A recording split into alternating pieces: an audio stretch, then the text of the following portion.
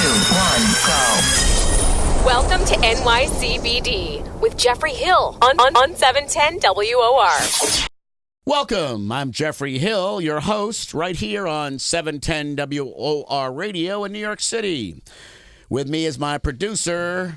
Tell us your name, Anthony. It's Flips. What nickname do you have this week? I have several nicknames. Of course, your mom and dad love Flipsy, but my friends love Flipsinator or Flipsenberg. I like the Flipsinator. Flipsinator. You know the Terminator movie tanked, the new one? I can't believe that. I thought that everything he touched turned to gold. Yeah. No? I'm kind of glad it tanked. It wasn't. Well, maybe he's due. We were kind of good after clunker. the first one. Yeah.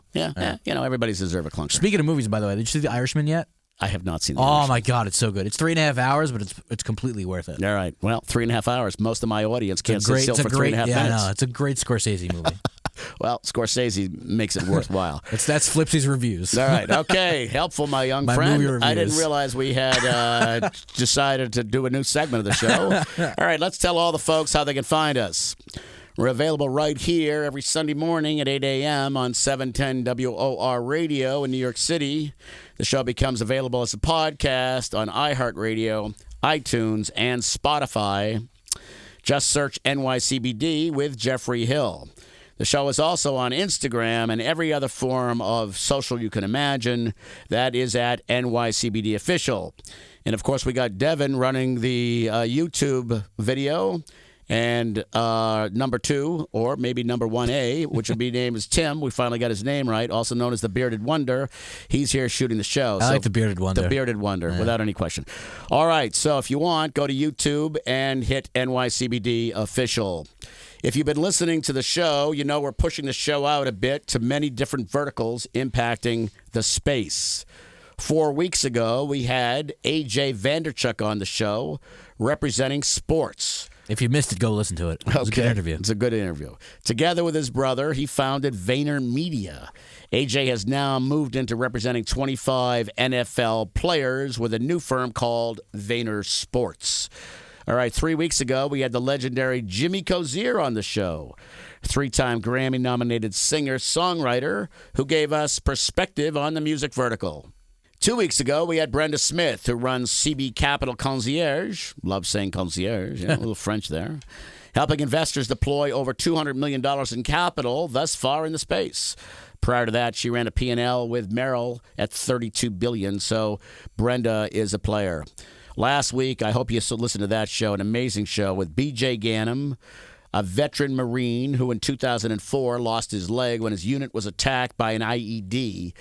BJ's story and experience with cannabis was truly memorable and gave us a look at PTSD and related issues in the military vertical. All right, as the show continues, we will continue to look where the space is going and try to extend the show in those areas. Not only in some of the evolving cornerstones of our society, like sports, music, investing, and the military, but also into politics and even the challenging societal issues that this space uncovers every day. All right, let's look at the 4 segments of the show. The first segment is called Cannabis in the Tri-State +1, where I'll update you on key cannabis issues in these 4 states. Now, with Flips' help and the help of this really cool kind of quantitative analytic, we're taking a look at who's listening to the show, and we see that there's a lot of folks from New York City and New York, and there's a lot of folks from Italy, too. I know, we do have Italy. Yeah. And we have 55% all other. That's and a France. big number of all other, right? I really need to find out what the all other is. I'm a little confused by the all other. It makes me a little nervous. Yeah. But anyway, what we're going to do is we're going to follow the audience and see who's listening, and based on that, we're going to concentrate in the right areas, right? So if New Jersey's listening, we're going to talk about New Jersey as Tri-State +1. But if they're not, we will just kind of highlight the top line of New Jersey and move on. All right. Our second segment is called Stunning and Amazing Facts, what I consider to be the most relevant issues and opportunities in the space since last week. And those are called? Stunners. Yes, they are. Every week, I congratulate Mr. I love it Flips when I for get it getting right. so organized. Yes, you do get it right. You've been right 4 weeks in a row, and I think I'm going to stop asking that because you've literally mastered it, right? So you're batting 1,000. I think I pretty much nailed it. I think you have it. All right. Our third segment is today's guest. It's my honor to introduce Jan Horsfall. Jan is a 2-time returning guest. He runs a firm called Maxletics as founder and CEO. They represent 1,400 athletes representing 22 governing bodies, over 600 of which are U.S. Olympians. Jan has a lot to say about athletes and CBD, and he's a marketing expert, and he can help you understand the power of influence in the space. You won't want to miss that. Lastly, we'll end the show with our fourth segment called Your Messages, providing answers to the most interesting direct messages we received following last week's show. All right, ladies and gentlemen, we'll be back with our first segment, Cannabis in the Tri-State +1, right after this. The Alchemist Kitchen celebrates the power of plants. They're the leading destination in New York City for CBD. Their organic CBD hemp flower is grown in upstate New York. So come on down and talk to one of their herbalists to learn about how CBD may relieve stress, anxiety, and pain. Located at 21 East 1st Street, right near the Bowery. Mention NYCBD for special savings for your first purchase. See you soon. Or visit them online at thealchemistkitchen.com. That's the ALCHEMIST kitchen.com. Welcome back to NYCBD with Jeffrey Hill, right here on 710 WOR Radio every Sunday at 8 a.m. We also have a blog that I do quite frequently called medium.com/@JeffreyHill2. That's medium.com/@JeffreyHill2. Of course, if you get on LinkedIn, you're going to have everything about me, including the show and the podcast, etc., etc. All right, let's move on with our first segment, Cannabis in the Tri-State +1.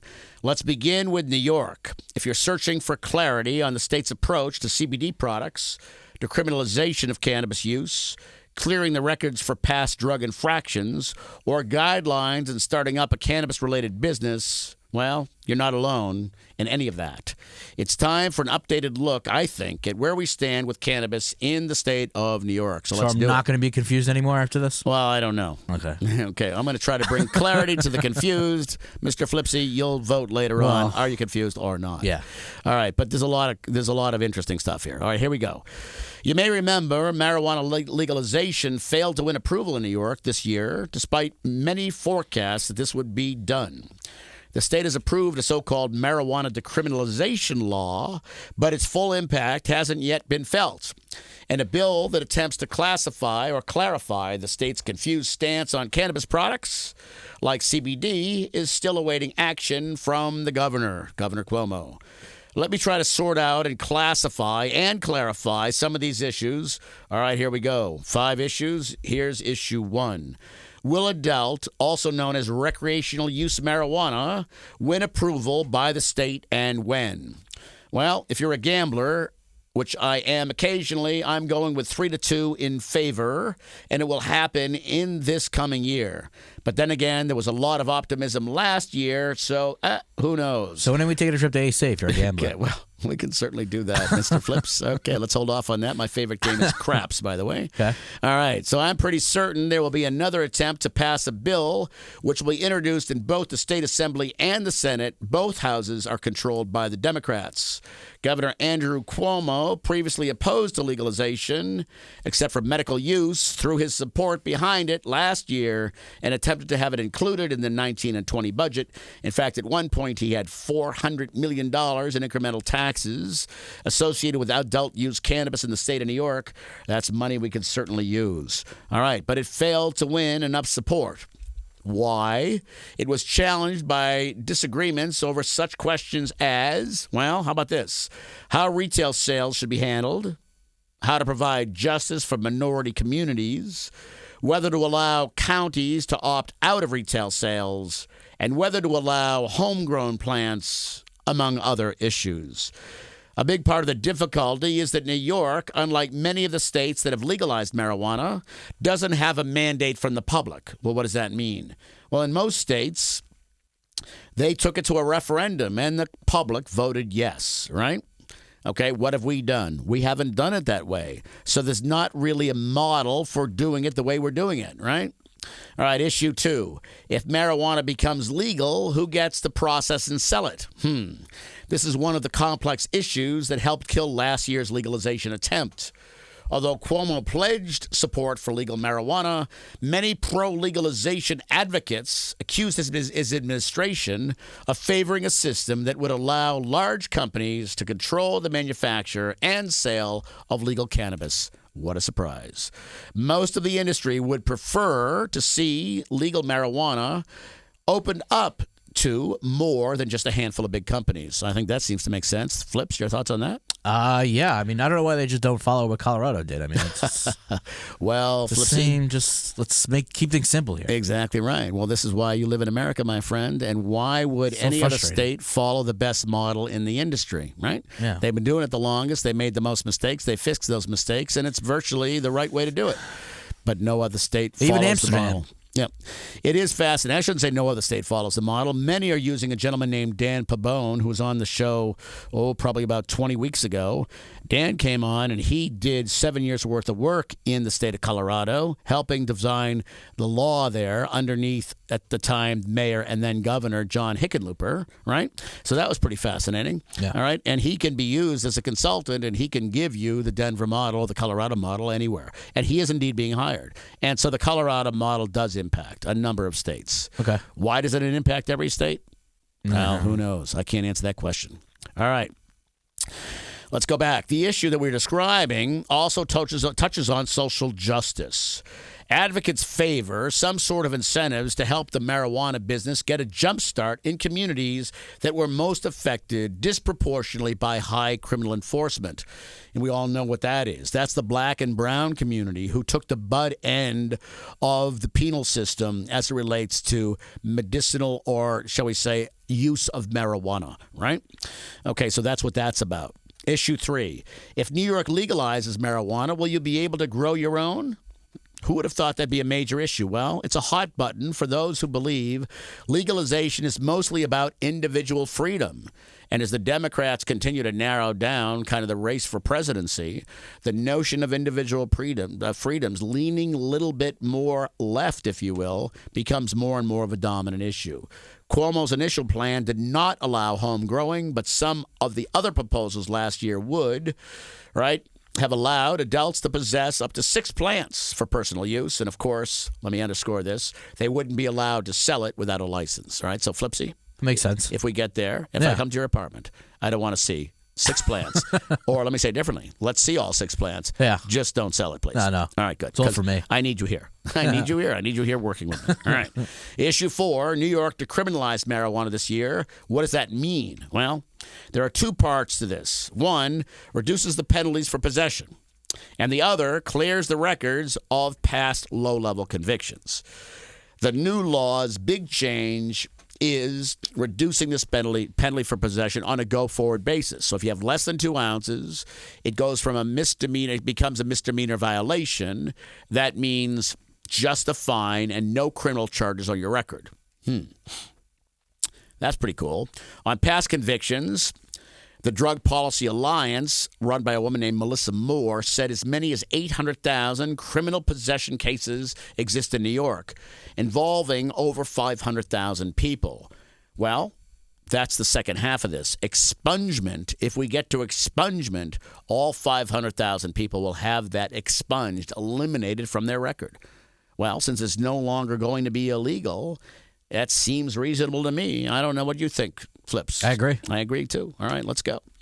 All right, so that's the difference. Decriminalization is not the same as legalization, nor is it the same as expungement. So I haven't confused you yet. Then wait. No, we're good so far. I Okay. mean, you can have it confused to me, so All I right. think everybody else is all right, too. All right, there's more to follow. All right, Flips is a little bit funny every so often. He's a much smarter guy than he allows you to believe, and nobody's better on the board than he is. All right, so what's the legal status of CBD products? 5th and last issue. This seemed like a relatively easy question to answer until this summer. What happened? New York State has declared CBD in food and drinks to be illegal, despite the fact that the federal government in December of last year passed the Farm Bill that said, as far as the federal government is concerned, CBD is legal in all 50 states. All right? But it's up to the state. Don't forget the but. It's up to the state to decide how they want to handle it. All right? So in New York, some products like chocolate bars and gummies can still be found, while others like CBD cold brew coffee have been removed from New York shelves.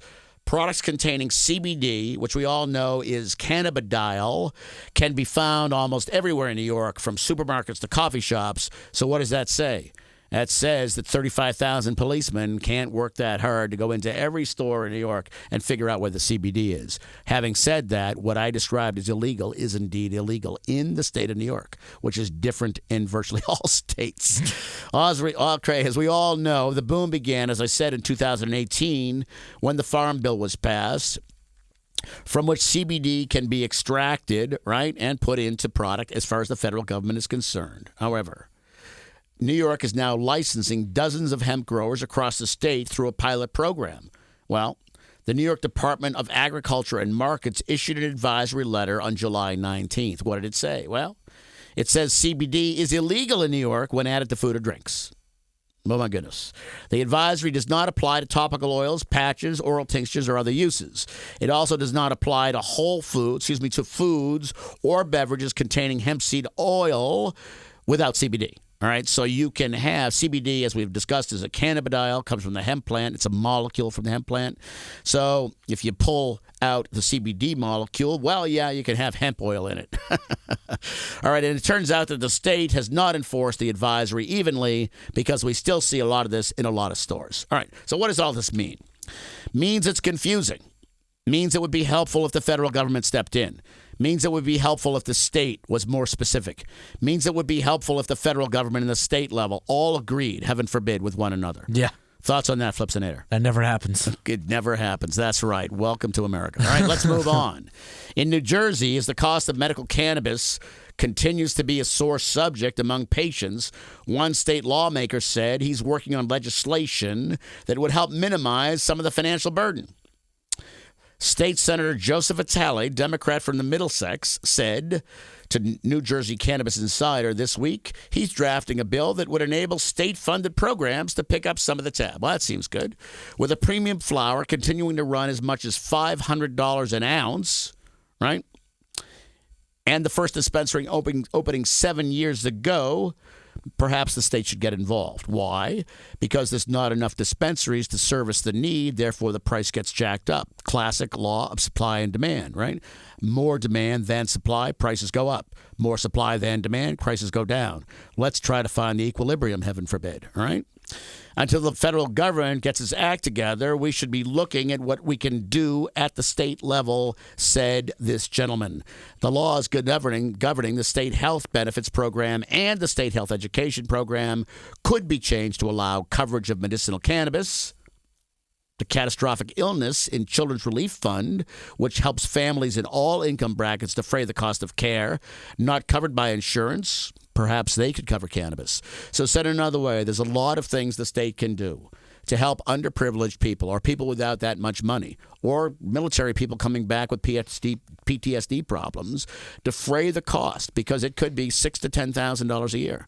Pre-tax, what does that mean? That means like $9,000 to $15,000 a year. How many people have that kind of money floating around to pay for medical bills when they're also paying for health insurance? Well, maybe not that many. So perhaps if the state stepped in and opened up some of these programs, things can change. All right, let's move on. Connecticut. More physicians are licensed to recommend marijuana in Connecticut, suggesting the state is moving, albeit slowly. What does that mean? Well, approximately 1,200 physicians are now prescribing cannabis in Connecticut. That number is up from 880 in May. And 18 months ago, that was 600. But some patient growth has raised some concerns about what? Well, how about dispensaries? And about future supply, same issue. Another potential concern for marijuana in Connecticut is several surrounding states are already offering adult use, like Massachusetts, which is right across the border. So what's happening? Well, here's what's happening. I lived in Connecticut for 20 years. First, the University of Connecticut, under the head of plant science, a gentleman named Professor Berkowitz, who's a quite brilliant man and very progressive, he established the first major in cannabinoid science, right? And he's got a number of students participating. So that is moving forward, right? Okay, great. Well, what else is happening in Connecticut?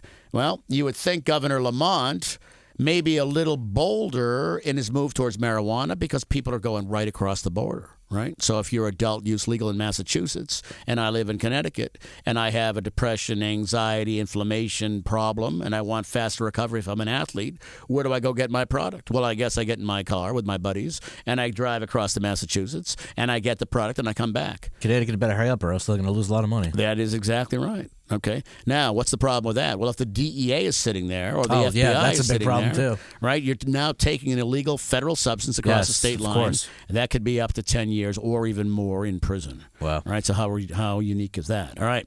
Just move to Massachusetts. There you go. Well, let's move to Massachusetts and talk about that. It's not quite so simple. All right. More mass hemp farmers say they face ruin thanks to state bans on most CBD products. What does that mean?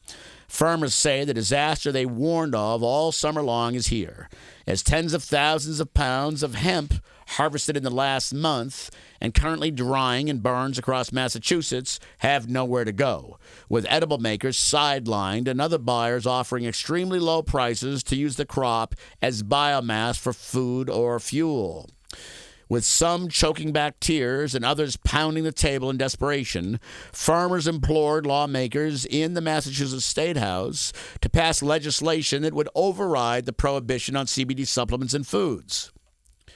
They said Massachusetts lacks the mills and other facilities needed to turn hemp into the other things you can sell hemp for, like clothing or rope or building materials, leaving CBD as the only realistic option.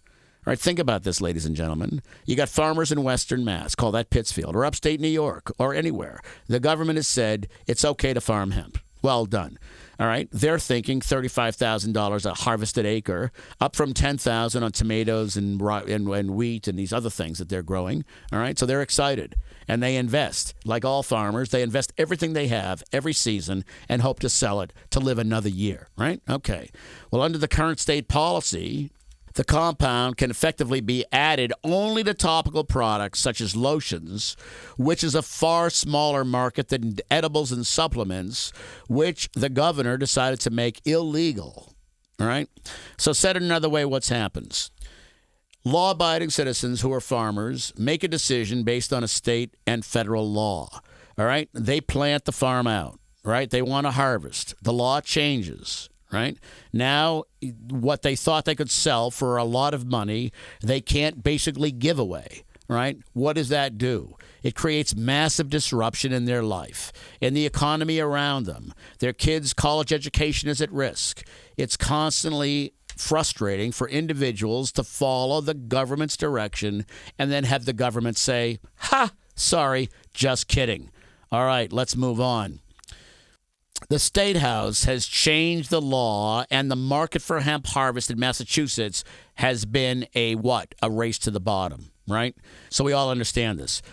Supply is now substantial, and demand has declined because of new rules and regulations. So there you go.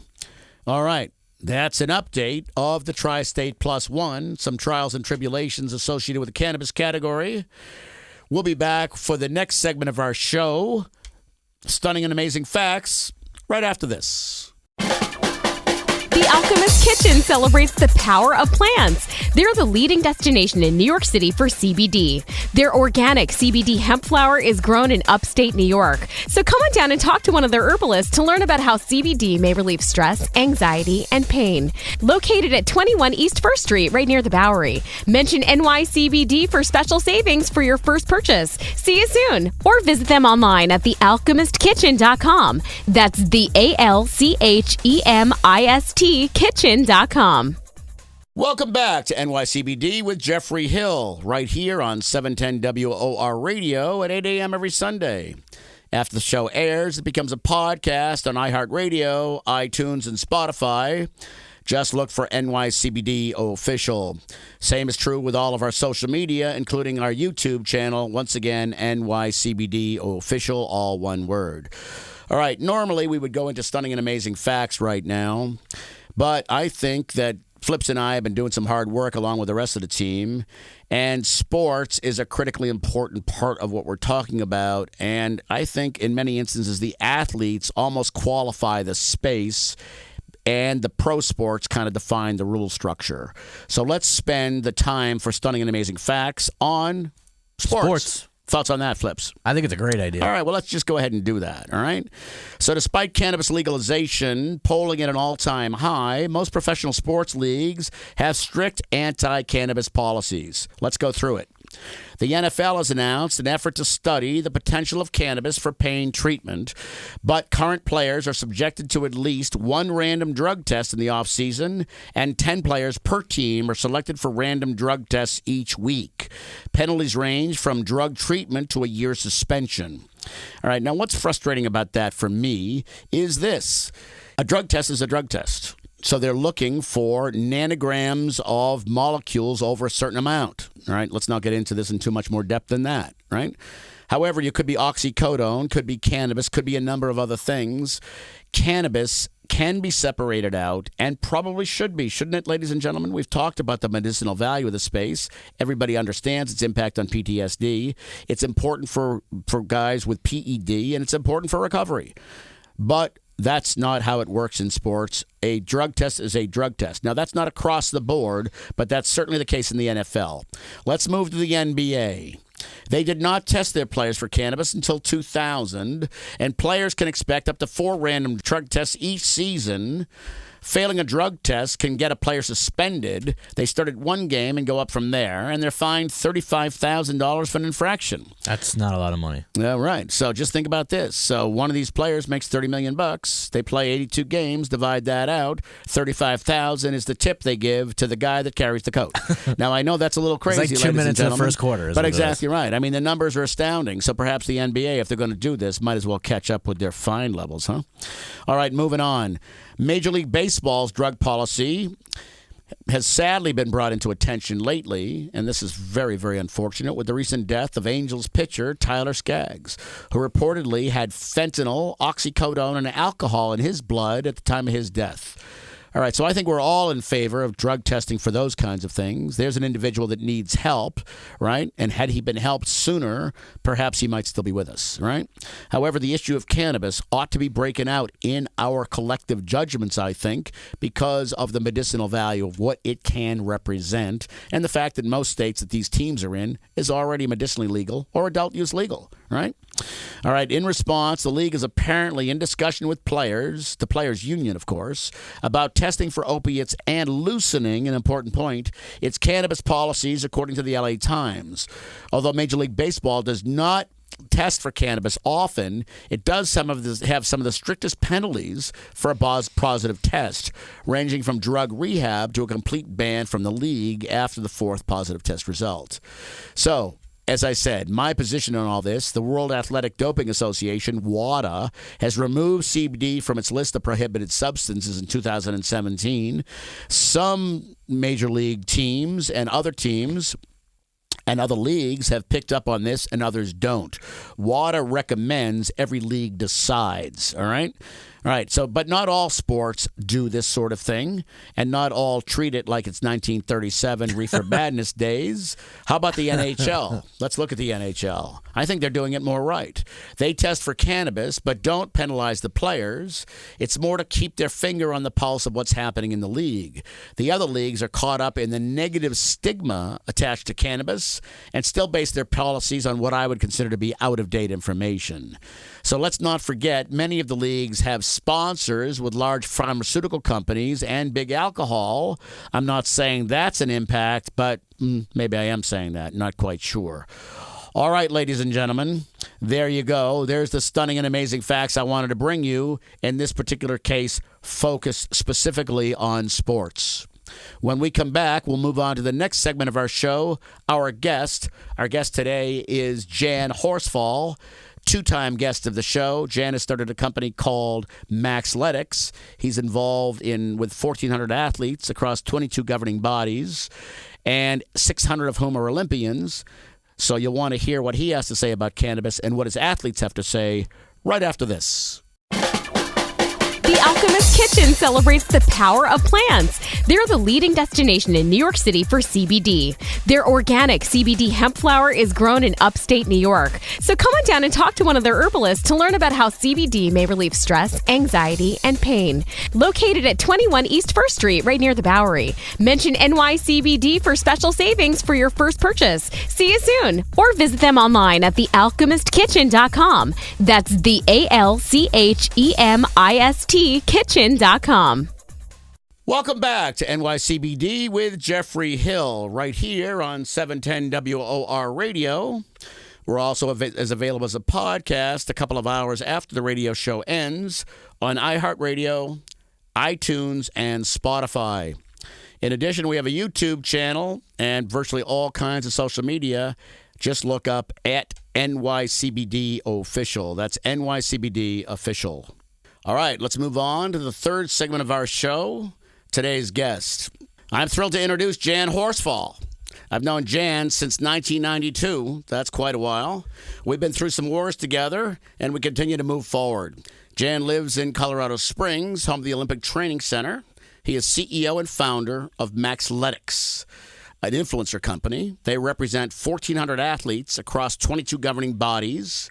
And believe it or not, there's over 60 governing bodies in Colorado Springs, which is one of the great things about Jan's business, is right out front of his door. All right, welcome to the show, Jan. Good to have you with us. Thanks, Jeff. Good to talk to you again. And thanks for putting the analytics behind CBD in this industry. It's a real benefit to the public, and I'm very appreciative that you're doing it. All right. Well, thanks very much. I appreciate that. So let's move on a little bit, and let's start with telling the audience about your new venture, Maxletics. Yeah, so semi-new. Maxletics, as you mentioned, is headquartered out here in Colorado Springs. We started in 2015, and we're sort of the Match.com for athletes, Jeff. Almost all these athletes need more money to participate in their sports. And we hook them up with brands who also need influencers to get through to a very cynical buying public these days. So we connect groups of athletes. We call them athlete clusters. We actually trademark that term to brands. And it's a beautiful thing because the brands are happy. They have an organized influencer program, which is tracked and valued, and the athletes are happy because they get to offset the cost of travel, training, and just what it takes to live these days. Right on. So one of the things that's exciting that I would just want to share with the audience is kind of a little bit of what Jan just said. So what he's doing, he's building an influencer company around very committed athletes. In fact, he's got 610 Olympians out of his 1,400 athletes. And what do these athletes need to do? Well, they need to train. That's what they need to do. And so they need money behind them in order so that they can train full time. I heard a quote recently, Jan, that I wanted to know if this was real or not, that said that the Colorado Springs Olympic Training Center said if you have a job for more than 10 hours a week, don't even bother to try, because the people that are training for the upcoming Olympic Games are literally fully committed, full-time, pretty much 7 days a week. So while there's an occasional superstar out there that can certainly work a little bit less hard, on average, the amount of effort these guys put in is amazing. Is that pretty much accurate? Well, I think it's accurate. I think the reality of it is, though, that they are just poorly underfunded, and respectfully, the United States Olympic Committee it could be more helpful. And so they're always short of cash. And it's really not just the Olympics. I mean, we have athletes in Pro Rodeo, World Surf League, CrossFit Games. It's the same deal. One or two folks at the very top make most of the cash, and everybody else has a hard time feeding their horse. So we step in there to close that gap for them, and we've done a nice job of raising the amount of money that they need to train and to travel. Travel is also very expensive for these global athletes. Of course. The cost of transferring all their stuff across the globe. Right. So just to complete my thought, so the athletes benefit. Of course, the brand benefits that uses these wonderful, enthusiastic, ebullient guys that have nothing but enthusiasm. And of course, the athletes are carefully evaluating the brands before agreeing to do it. And then lastly, the last constituent, the consumer benefits, because they end up with an influencer that's important in their lives, in this case, the athlete, recommending high-quality brands through Jan's organization. So Maxletics is in the center of all three component parts, the three constituents of that triangle, if you will. All right, great. So everybody knows this is a cannabis show. So let's talk a little bit about your athletes and how they connect to cannabis, please. Well, our business, as you know, Jeff, Colorado's been a leader in terms of cannabis. So we decriminalized it all the way back in 75, if you can believe that. We legalized medical in 2000 and recreational in 12, and those places have started opening in 14. So we've had business opportunities in the industry since we debuted as a company. We really kicked off right in the middle of 16 before the Rio Olympics. And given that these CBD and canna companies have a really difficult time buying media because of the restrictions still in place on places like Google and Facebook, our influencers are really a good alternative for these companies. So it's not new to us. We've really been involved in it with our athletes for going on 5 years. Righto. So just to build on that thought, so Jan makes the point that Google and Facebook are out of the space. Essentially what that means is they won't take money, they won't take sponsors, they won't take manufacturers in the space at this point. The number 3 reach vehicle in the world, those of course being the top 2, is iHeartRadio at 275 million uniques in round numbers and about 122 million app downloads. So I'm sitting on iHeart. And their leadership with Pittman and Hopek and the guys that are running this operation have made a commitment to allow conversation in the space. So it'll be interesting to see when the battle gets raged, if you will, because sooner or later Facebook and Google will be back. But iHeart will have already made their mark, which I find fascinating.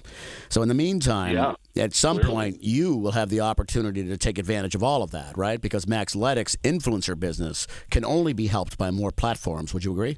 Yes, there's no question about it. And that day will come just because of the size of this industry. It's going to have the highest compound annual growth rate until you and I leave this planet. So all the money. Let's hope that's a long time, my friend.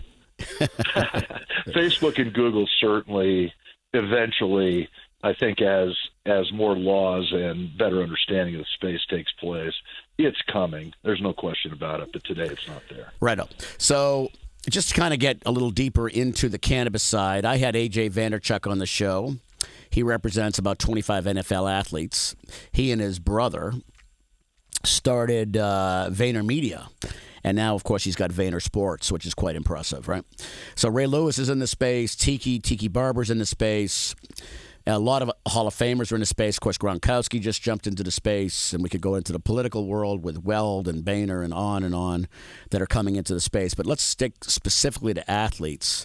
Where are your athletes on the commitment to what CBD can do for their kind of inflammation and recovery? Well, part of it has to do with their ability to take it and still have a clean urine test, obviously. And you mentioned the fact that about half of our athletes are Olympians and Paralympians, and so they have to make sure that they get past that issue. But I think even since I was on the show last time, I'm seeing that sort of view of curiosity about the category. That's giving way to a conversation really about quality and as I mentioned, adhering to the rules of the sanctioning body. So the conversation has become more specific. It is taking some time.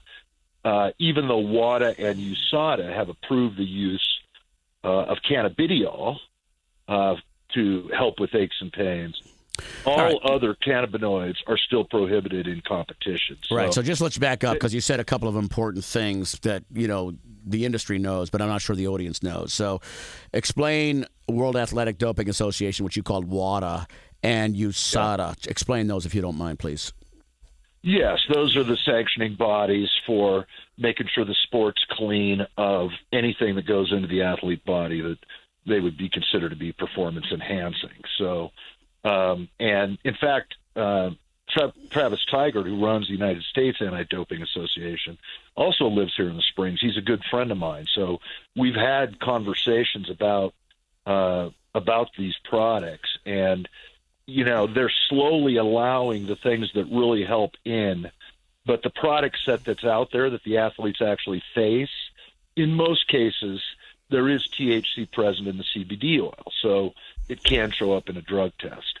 So now we're getting into product quality, composition, and like I said, the conversation is shifting to purity, and that's also happening inside of our company because we're also not interested in promoting low-quality, low-transparency products. So there's a lot of interest in the space. I think they understand that these things can be very beneficial.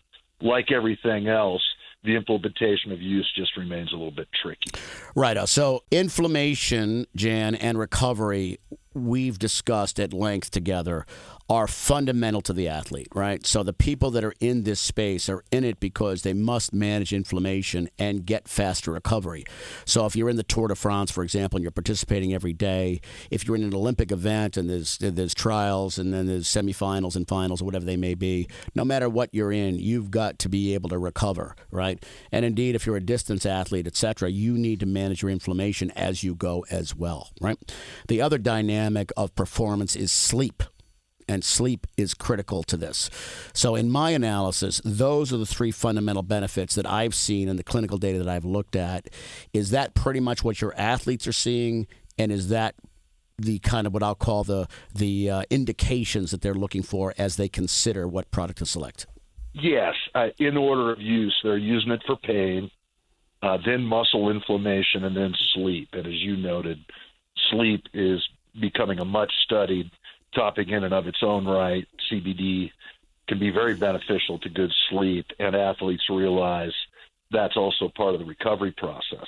What's interesting about this is I'm working with a company right now by the name of Loyal Leaf, and they're aiming at companies that are 50, active individuals that are 50 plus, and they're actually targeting golfing communities down in Florida. And they did the same study. Guess what the biggest issues were for the octogenarians trying to swing a golf club? Pain, muscle inflammation, and sleep, right? So it's in line with the research, and it's also in line with how the product really benefits people in general. So same for elite athletes as the weekday golfer, right? Right. Okay, so Jan, so you mentioned 55 and over and the ability to target those individuals. And you and I have been talking about using data as competitive advantage, for 20 years, and certainly on this show in our first meeting we talked a little bit about it. So why don't you help the listening audience understand how Maxletics can help them do that, please? Right. And as we mentioned, Facebook and Google are really prohibitive mediums at this point, and we've been in the space a long time, so we really don't concede anything just because that's the case. So we're putting some really interesting technologies to work to get at those individuals. One, we're using AI-based polling on the front end to find out how those older people view cannabis products, what their issues are, because you'd be surprised what the type of feedback that you get.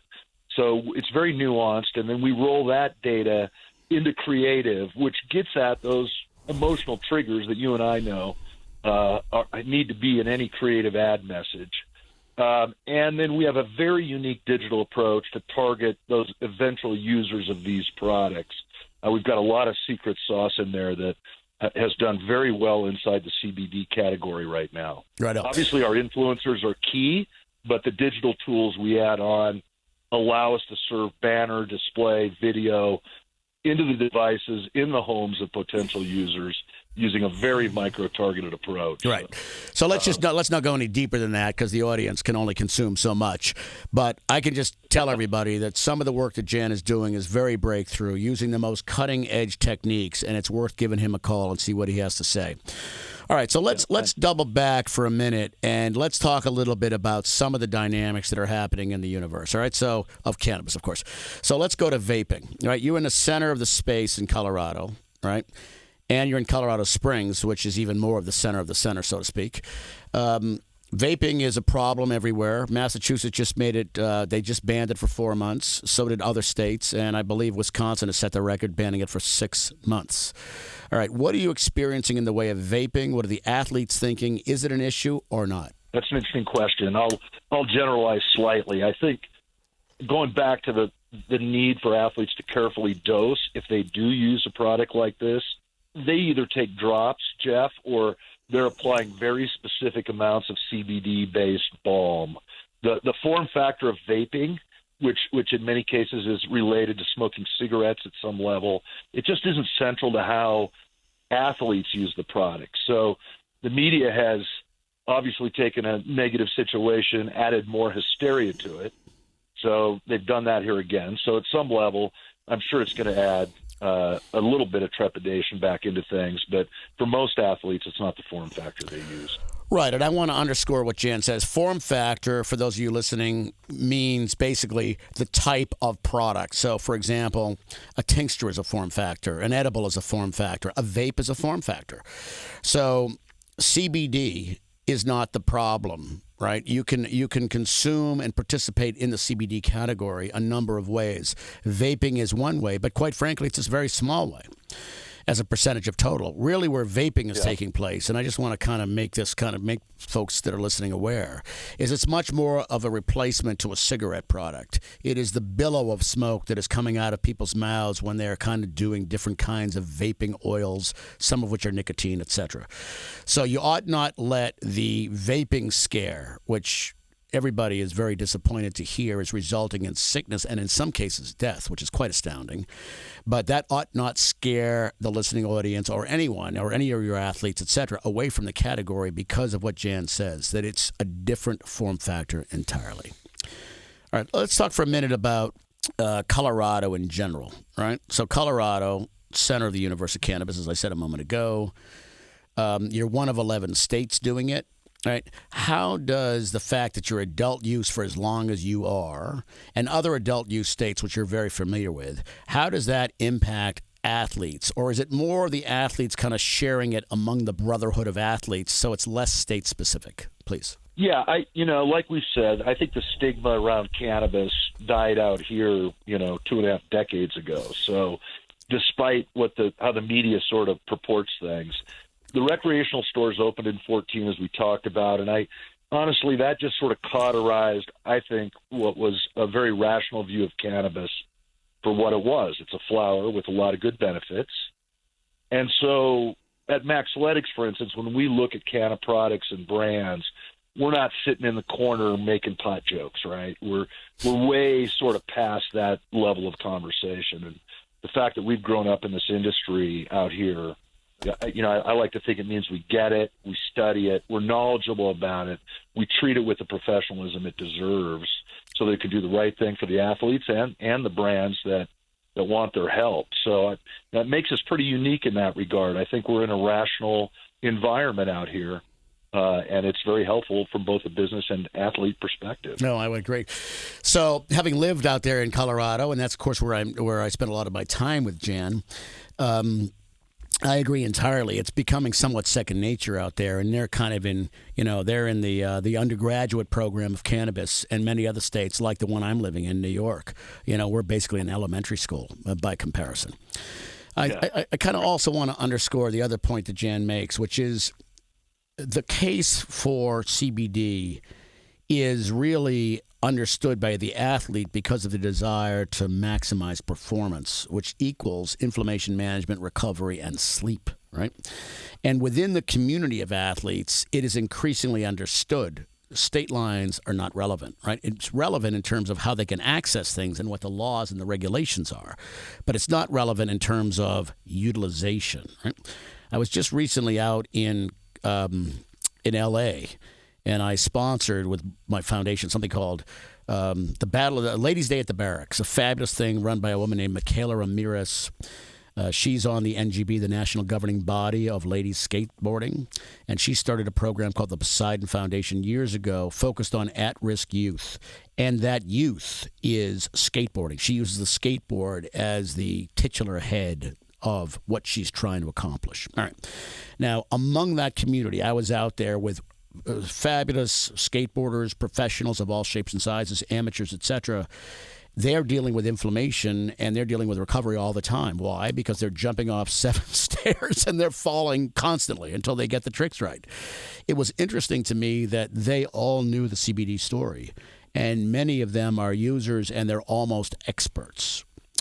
So my encouragement is, and I'd like your thoughts on this, Jan, you and I are almost evangelistic in this space now because we've been tracking it for so long.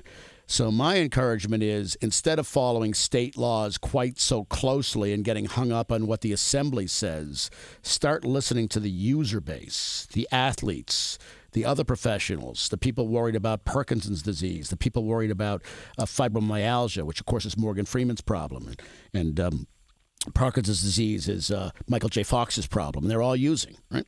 So what are your thoughts on that, if you want to kind of chat with the audience a little bit, as we are kind of doing here, to kind of provide some perspective? Yeah, I just think it's really ironic that 10 years ago, people that were involved with this kind of a product to some extent at a national level were demonized, right? And, kicked out of games and not allowed to play. And, you were sort of a bad person. And you just mentioned some individuals yourself that, those are beautiful people, right? One thing about this industry is when you get down to the core of what these products do for individuals, for those that are in the know, they're some of the most wonderful people I've ever had an opportunity to meet.